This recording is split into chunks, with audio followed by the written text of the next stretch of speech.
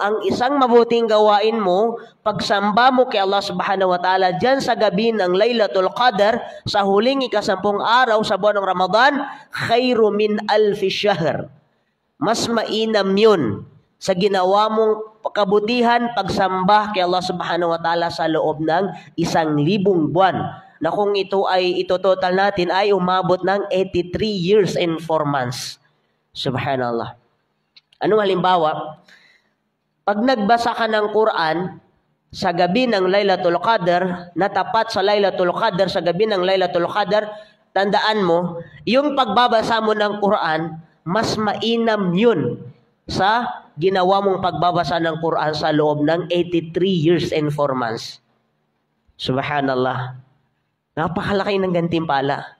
Ganon din ang isang tao, pag gumawa ka ng zikr, katulad ng tasbih, subhanallah, alhamdulillah, Allahu Akbar, yung ginawa mong zikr sa gabi ng Laylatul Qadr ay mas mainam yun sa ginawa mong tasbih sa loob ng 83 years and 4 months. Sa madaling sabi mga kapatid, lahat-lahat ng mabuting gawain natin, ibadah, mas mainam yan sa ginawa natin sa loob ng 83 years and 4 months.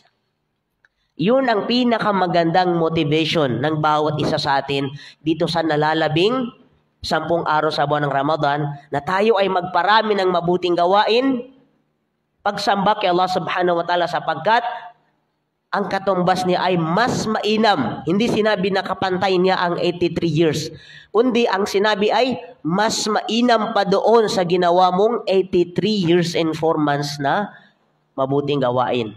Subhanallah. Tinanong siya ni Aisha radhiyallahu anha, ang kanyang asawa, "Ya Rasulullah, ano bang aking sasabihin o babasahin sa pagsapit ng Laylatul Qadr sa mga gabi na yan?" Nagtanong ang kanyang asawa kung ano ang pinakamagandang ipanalangin ng isang tao sa gabi na yan. At ganun din dapat ang magiging panalangin natin dito sa mga gabi na mga kapatid. Ang sabi ni Propeta Muhammad sallallahu alaihi wasallam, sabihin mo ito, basahin mo sa gabi ng Laylatul Qadr. At inshallah, sana makabisado natin itong dua na ito bago pa man dumating sa atin ang itong the last 10 days of Ramadan, para kung tayo ay gagawa ng ibada sa gabi na yan, hindi natin makakalimutan ang dua na ito sa ating mga panalangin. Ang sabi ni Propeta Muhammad sallallahu alaihi wasallam, Allahumma innaka afuwun tuhibbul afwa fa'fu anni. Allahumma innaka afuwun. Ya Allah, ikaw ang pinakamapagpatawad. Tuhibbul afwa. At iyong iniibigan ang pagpapatawad.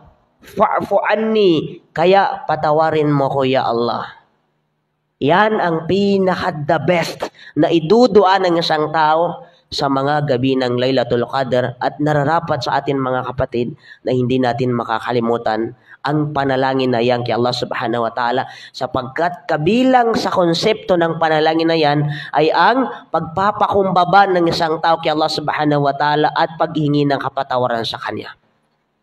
Kasi ang Propeta sallallahu alaihi wasallam, hindi niya hinahayaan na iiwan siya ng Ramadan na hindi siya nakahingi ng kapatawaran kay Allah subhanahu wa ta'ala. Ganon din dapat ang katangian ng isang mananampalataya. Kung ikaw ay mananampalataya, huwag mong hayaan na iwanan ka ng Ramadan, lumipas sa iyo ang ilang beses na Ramadan, pero hindi ka man lang humingi ng kapatawaran kay Allah subhanahu wa ta'ala mula sa iyong mga kasalanan. Subhanallah. Nararapat yun mga kapatid, na huwag natin hayaan na iwanan tayo ng Ramadan na ang mga kasalanan natin ay hindi pinatawad sa atin ni Allah subhanahu wa ta'ala.